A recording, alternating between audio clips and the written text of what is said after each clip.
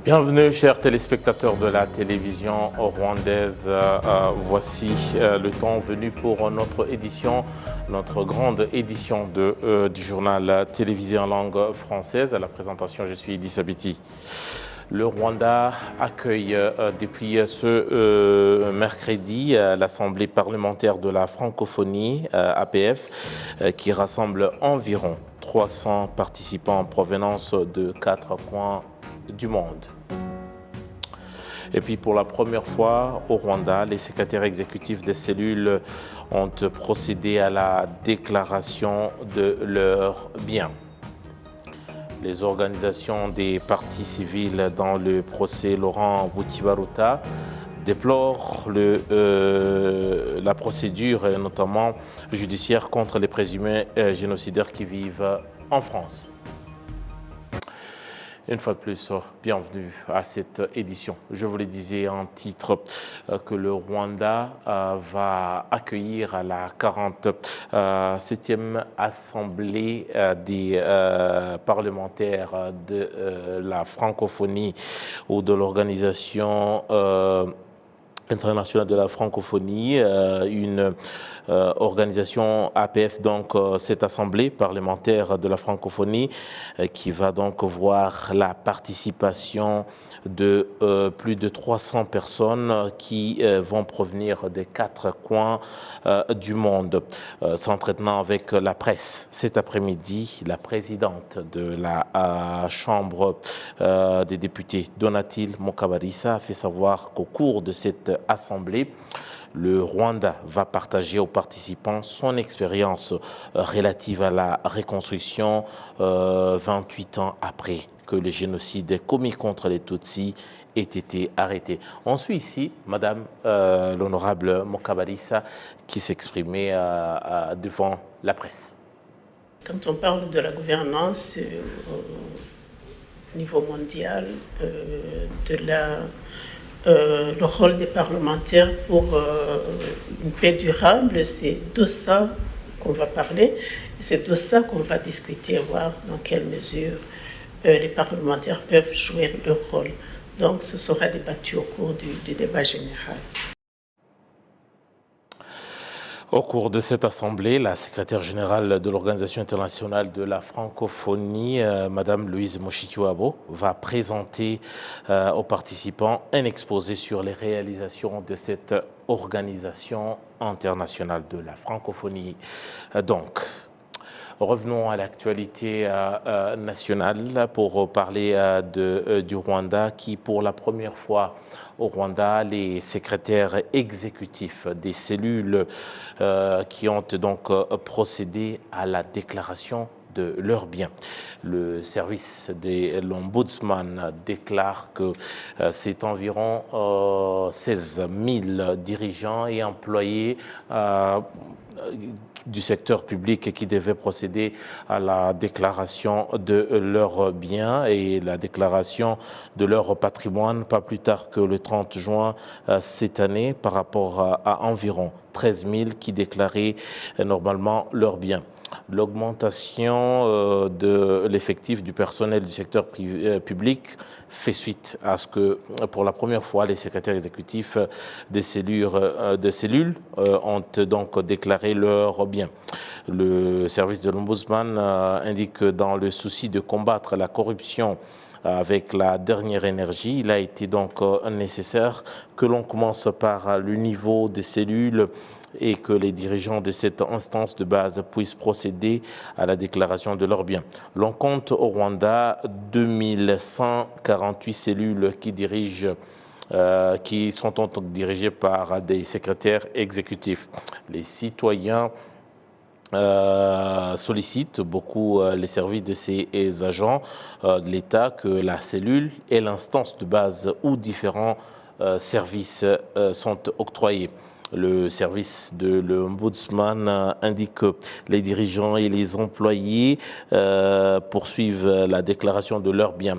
Ils étaient donc à hauteur de 99% au mois de juin de cette année en cours.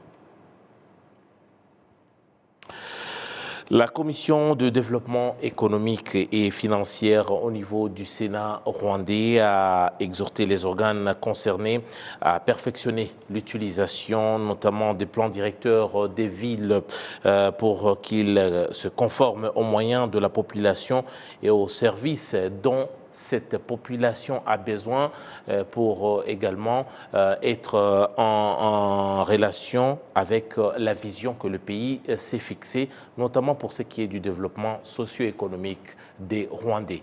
Les détails ici, c'est avec notre confrère Kassim Youssouf. Les membres de cette commission sénatoriale disent en effet qu'il subsiste encore des problèmes qui entravent le développement de la ville de Kigali, des villes satellites de Kigali et d'autres villes secondaires du pays.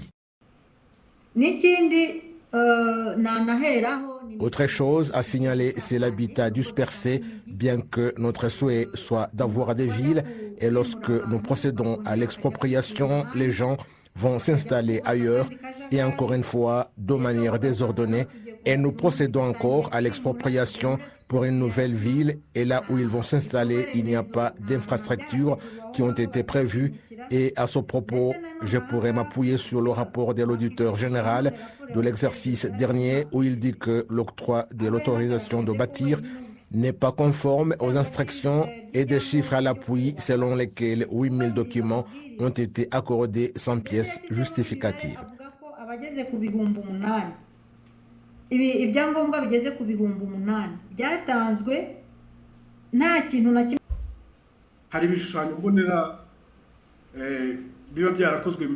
Il y a des plans directeurs qui ont été élaborés bien avant, mais comme on l'a dit, les citoyens ne les comprennent pas de la même manière que les dirigeants, ce qui entraîne une certaine incompréhension de part et d'autre, et par conséquent, la corruption s'ensuit parce que le citoyen s'arrange avec l'autorité qui est proche de lui au niveau de la cellule ou du secteur pour faire ce qui est contraire au plan directeur. Le problème étant que les informations ne lui parviennent pas comme il faut et de façon claire.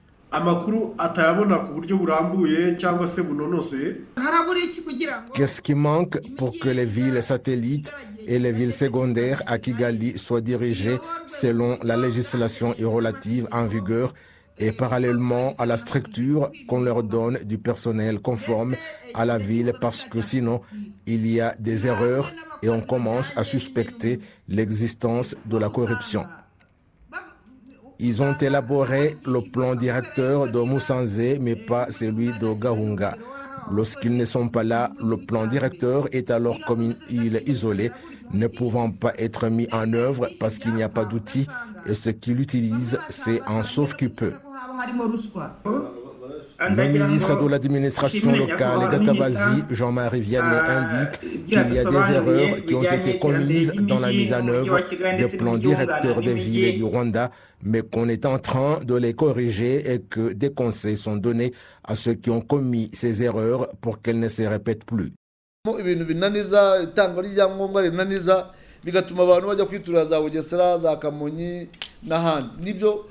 Des complications en ce qui concerne l'octroi de documents font que les gens vont s'installer au Bugesera, à Kamonyi et ailleurs. Cela a été observé et nous en sommes conscients et nous avons parlé avec la ville de Kigali et d'autres villes et c'est de cela que je vous ai dit qu'il y a des employés qui ont été sanctionnés. Et je vous ai dit que nous avons rencontré le service de l'Ombudsman, l'organisation Transparency Rwanda et RGB pour nous montrer les indicateurs selon lesquels les citoyens ne sont pas satisfaits de notre prestation de service. Et nous avons promis au président de la République que cela doit changer et que nous puissions travailler et octroyer des services de qualité.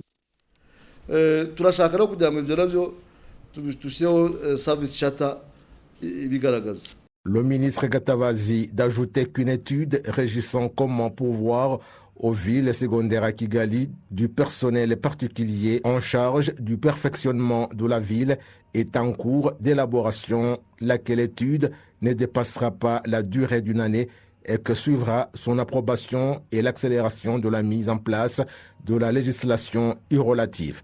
Le ministre Gatabazi indique en outre qu'un document qui va permettre de réduire le temps que le citoyen passe en attendant d'obtenir le titre de propriété foncière et l'autorisation de bâtir est en préparation. Le ministère de l'administration locale indique que le gouvernement poursuit son programme visant l'accroissement des infrastructures de base nécessaires dans les villes du Rwanda et aider la population à créer de nouveaux emplois non fondés sur l'agriculture. Merci à Kassim Youssouf. Restons toujours au chapitre du bien-être social avec les vendeurs et autres personnes qui opèrent dans le marché de Masaka. Nous sommes dans les confins de la ville de Kigali. Ces derniers s'estiment heureux après que leur marché soit été refait. Et aujourd'hui, c'est un marché pampant neuf. Ces derniers affirment que longtemps, ils ont travaillé dans des conditions d'insalubrité inadmissibles. Et voilà qu'aujourd'hui, l'autorité de l'État a donc mis le paquet double pour que ces derniers puissent travailler dans des conditions convenables. La joie et l'allégresse que laissent entrevoir les visages de différents vendeurs du marché de Masaka s'appuient sur le nouveau marché dont les travaux de construction sont achevés. Ils disent qu'avant, ils travaillaient dans un endroit insalubre, plein de poussière et sans abri contre le coup de soleil. Maintenant, ils vont travailler dans un bon marché, disent-ils avec enthousiasme. Nous sommes très heureux en ce jour anniversaire de la libération contre le régime de la terreur. Nous sommes contents de ce jour et de l'inauguration de notre marché. Nous espérons qu'il y aura d'autres investisseurs qui viendront avec d'autres produits qui nous permettront de nous développer, que nous puissions payer les études de nos enfants et que ceux qui vivent en location puissent payer les frais irrelatifs. Nous travaillions dans un endroit insalubre et les gens ne venaient pas.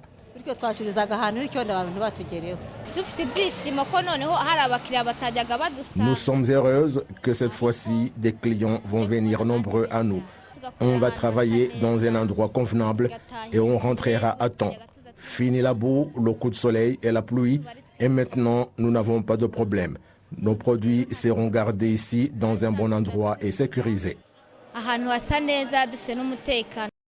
Théogène Haoumoremi, entrepreneur qui a contribué à la construction de ce marché, indique que fournir des efforts dans l'édification d'une telle infrastructure, c'est accorder de l'importance aux Ingotani qui ont libéré le pays car leur souhait était que les citoyens puissent avoir une vie meilleure. Ce pays a une histoire et comme nous la partageons, nous pouvons voir comment le développer parce qu'il a existé sans être là, sans être un État, anéanti de manière qu'il n'était pas considéré comme un État. C'est maintenant un pays que nous voulons développer jusqu'au niveau supérieur selon les objectifs fixés. Nous devons donc travailler pour qu'il se développe pour notre intérêt. Il y a également le bien-être social qui doit passer notamment par le commerce et les échanges afin de gagner de l'argent pour satisfaire d'autres problèmes. C'est dans ce cadre que nous épaulons le pays parce que nous sommes des membres du FPR et tant que tel, nous joindre à notre organisation pour le développement de la population et ainsi atteindre l'objectif de son Excellence, le Président de la République et le Rwanda que nous désirons. Le directeur exécutif adjoint du district de Kichukiro, Adalbert Rukabanuka, indique que la véritable libération signifie également se libérer du joug de la pauvreté et que les bénéficiaires de ce marché doivent beaucoup travailler pour se développer. Je dois d'abord remercier RPF Ingotani pour avoir libéré le pays et on doit aussi féliciter l'entrepreneur privé qui a construit ce marché ici pour avoir contribué au développement du pays et c'est dans le cadre toujours dans la libération du pays. Quand FPR a libéré le pays, c'était dans le cadre de transformer la vie de la population, transformer économiquement et socialement. Alors, ce marché, c'est dans le cadre de l'économie nationale parce que la population va amener leurs produits et la population aussi va vendre leurs produits. Alors c'est une contribution qui est significative au développement de ce secteur Masaka et du district en général. Les travaux de la première phase de ce marché ont coûté 4 milliards de francs rwandais et ceux de la deuxième, qui concernera d'autres salles et le parking, coûteront 9 milliards. Passons au chapitre justice à présent avec les organisations des parties civiles dans le procès Laurent Butibaruta, cet ancien préfet de Gikongoro. Ces organisations, en tout cas, déplorent la lenteur qu'affichent les systèmes ou les procédures judiciaires en France, ce qui pourrait porter un coup sur les procès de certains présumés coupables génocidaires qui sont sur le sol français, mais également, il y a également la perte de mémoire, également la mort qui parfois emporte certains témoins clés pour ce qui est des responsabilités de certains responsables qui ont donc plongé dans le génocide des Tutsis. On va écouter ici les détails avec notre confrère Jean-Damascène Manishimwe qui est sur place à Paris, en France.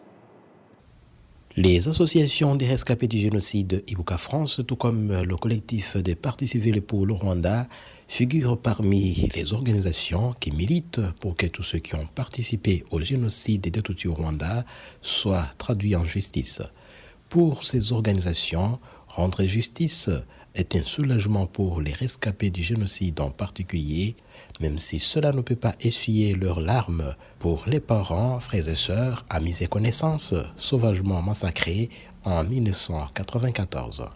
Être partie civile, c'est tout d'abord penser aux victimes, leur donner de la valeur, leur dire qu'on pense à eux, leur dire qu'on essaye de leur donner une sépulture digne. La justice, c'est vraiment ça, c'est donner une sépulture digne aux victimes. Vous vous souvenez de tous les récits qu'on vient d'entendre, la mort atroce des victimes de Murambi, de Kibeho, de Kianika et même de partout dans le Rwanda. La mort des Tutsis a été quand même quelque chose d'épouvantable. Il y a la mort et la mort, en fait. On peut mourir d'un accident de voiture, mais ce n'est pas la même chose que de mourir dépecé à la machette ou explosé à la grenade ou enterré vivant ou jeté dans les latrines. Il y a des morts et des morts. Pour moi, c'est pas la même chose. Donc, venir le dire devant la cour, leur dire qu'on va leur rendre leur dignité. C'est-à-dire qu'avant, ils étaient comme nous, debout, habillés, ils vaquaient à leurs occupations, mais voir la manière avec laquelle ils ont terminé leur vie pour rien, ils sont morts pour rien, juste ils étaient Tutsis, c'est le seul crime qu'ils ont commis, c'est d'avoir été Tutsis. Donc ça, il faut venir le dire à la cour et expliquer, et puis rendre la dignité à nos victimes, à ces victimes innocentes. Ces organisations se déclarent par ailleurs préoccupées par la lenteur des procédures judiciaires pour les suspects génocidaires qui continuent de mener leur vie paisiblement en France. Au bout de pratiquement 30 ans bientôt, réclamer justice, c'est quoi ? C'est juste... on ne commande pas, on n'est pas venu demander quoi que ce soit. Les victimes, ils sont morts, ils sont partis sans rien emporter. Mais là, ce qu'on demande, c'est juste, c'est un combat. En fait, le CPCR, c'est un combat citoyen. C'est un combat citoyen. On est des citoyens ordinaires, mais un citoyen dans un pays doit réclamer ses droits. Et la justice fait partie de ces droits-là. Des immenses difficultés, et je crois que dans les années qui viennent, on ne pourra plus juger. Parce que s'il n'y a plus personne, déjà on a 2 décès. On a 2 décès, on a Kamana Claver qui est mort, on a Akusa Kondi qui est mort. Donc eux, ils sont morts innocents en quelque sorte. C'est vrai, hein, quand on meurt innocent, c'est qu'on n'a pas eu la justice. Donc le défi, c'est le temps qui travaille pour les bourreaux. Et ça, c'est insupportable. Si depuis 2001, le collectif des partis civils pour le Rwanda mène un combat pour la justice pour les crimes de génocide des Tutsis au Rwanda, le chemin est encore long. Jusqu'à présent, le collectif a déjà rassemblé les éléments pour 31 suspects génocidaires vivant sur le sol français et jusqu'à présent, 5 personnes seulement ont déjà été jugées. Après cette affaire Laurent Bukibaluta qui s'achève bientôt à la Cour d'assises de Paris, il faudra attendre jusqu'au 9 mai 2023 pour voir un autre Rwandais comparaître pour génocide devant cette même juridiction française. Jean Damascène Manishimwe depuis la Cour d'assises de Paris pour la télévision rwandaise. Merci beaucoup à Jean Damascène Manishimwe depuis Paris. On revient ici au Rwanda et notamment dans la région pour parler paix et sécurité avec notamment la réunion qui est prévue demain à Luanda, en Angola, où il est prévu une rencontre entre le président de la République, Paul Kagame, et son homologue de la République démocratique du Congo, Félix Tshisekedi. C'est donc une réunion à l'initiative du président angolais, Lorenzo, qui donc comme un des acteurs qui se sont donc engagés pour ramener la paix au niveau de la région. C'est une réunion qui intervient après quelques semaines après donc le sommet de Nairobi où les membres de la communauté est-africaine, donc les chefs d'État et de gouvernement se sont rencontrés à Nairobi pour discuter de la question notamment des tensions entre le Rwanda et la RDC, des tensions qu'on a observées depuis bientôt plusieurs semaines maintenant, la question de sécurité des mouvements armés dans la partie est de la RDC, surtout comment chercher une solution commune à ces problèmes. Avec nous depuis donc ici à Kigali, nous sommes rejoints par Albert Rudatsimburwa. Albert Rudatsimburwa qui est donc journaliste et également qui suit beaucoup l'actualité au niveau de la région. Bonsoir Albert. Bonsoir. Bonsoir d'abord Albert, avant peut-être de parler de la rencontre de demain en Angola.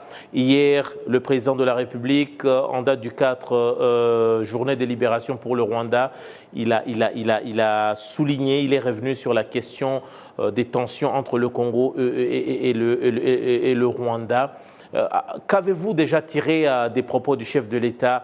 Est-ce que sa position par rapport à ce qui a été dit par les responsables politiques congolais et d'autres personnes en tout cas qui ont commenté là-dessus, le chef de l'État a semblé être beaucoup plus réaliste et on l'a senti beaucoup plus ramener le Congo ou le leadership congolais devant ses responsabilités?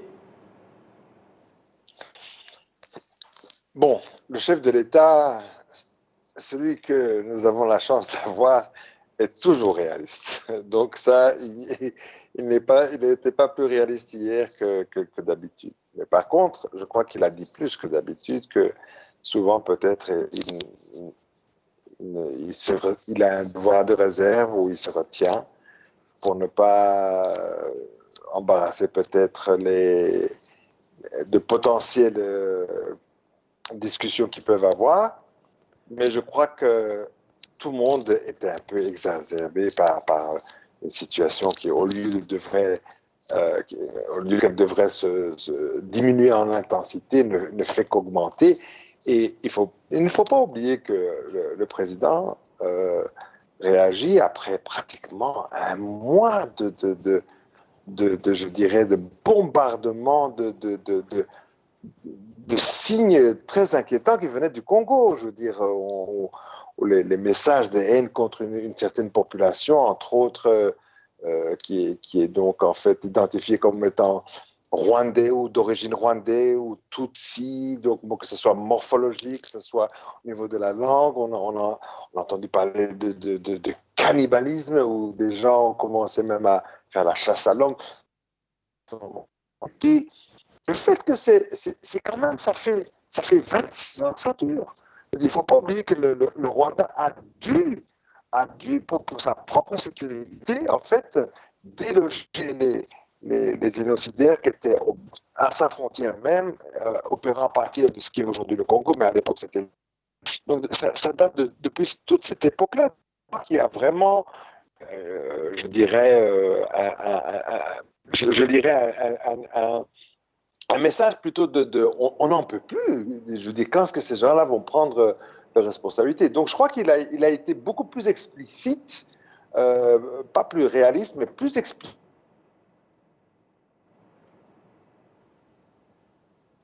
Encore de tout ça. Je pense qu'il y a... Oui, vous nous suivez, Albert? Absolument. Oui, j'aimerais peut-être très rapidement, là, on a suivi vos propos. Pour ce qui concerne la rencontre de demain à Luanda, après Nairobi, il y a quelques semaines, vous, en tant qu'observateur, qu'attendez-vous ou qu'est-ce qu'on peut attendre de la rencontre de demain en Angola? Est-ce qu'il y aura des avancées?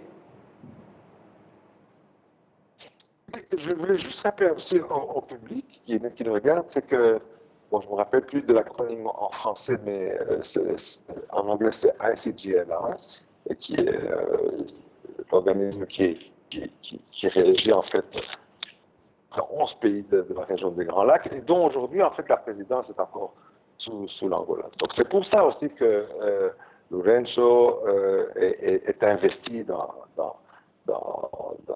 la recherche de dialogue. En fait, il est beaucoup plus actif que son prédécesseur José Eduardo dos Santos, qui en fin de carrière ne faisait plus rien. Donc là, il a pris ses responsabilités, il demande à vouloir parler à ses collègues, et je crois avec qui il a de bonnes relations. Mais personnellement, alors, ce que moi j'en pense, c'est que ça ne va pas plus donner que cela. Je veux dire, parce que la seule chose que tu peux faire, c'est d'écouter parler franchement. Je suis là en plus comme témoin. Mais je veux dire, de toute façon, le président Kagame a toujours été clair avec le Congo, a été clair avec le président Tshisekedi depuis le départ. Tout a bien commencé. En fait, la vraie question, c'est qu'est-ce qui a changé chez le président Tshisekedi. Surtout que c'est une comédie qu'ils jouent, puisque eux-mêmes, parce que ce que Tshisekedi et ses copains et son gouvernement plutôt reprochent au Rwanda, c'est soi-disant, ce serait le Rwandais, les soldats rwandais qui se battent au Congo en place du M23, comme M23. Oui, Albert. Je pense qu'on aura le temps de revenir là-dessus. Vous êtes un peu plus, peut-être un peu réaliste et un tout petit peu quand même pessimiste par rapport à ce que vous avez observé au cours de ces dernières semaines. Merci beaucoup pour votre éclairage. On reviendra sûrement plus tard sur vous pour suivre un peu l'évolution de l'actualité. C'était là donc, je vous rappelle que c'est Albert Rudatsimburgwa. Il est journaliste et analyste politique.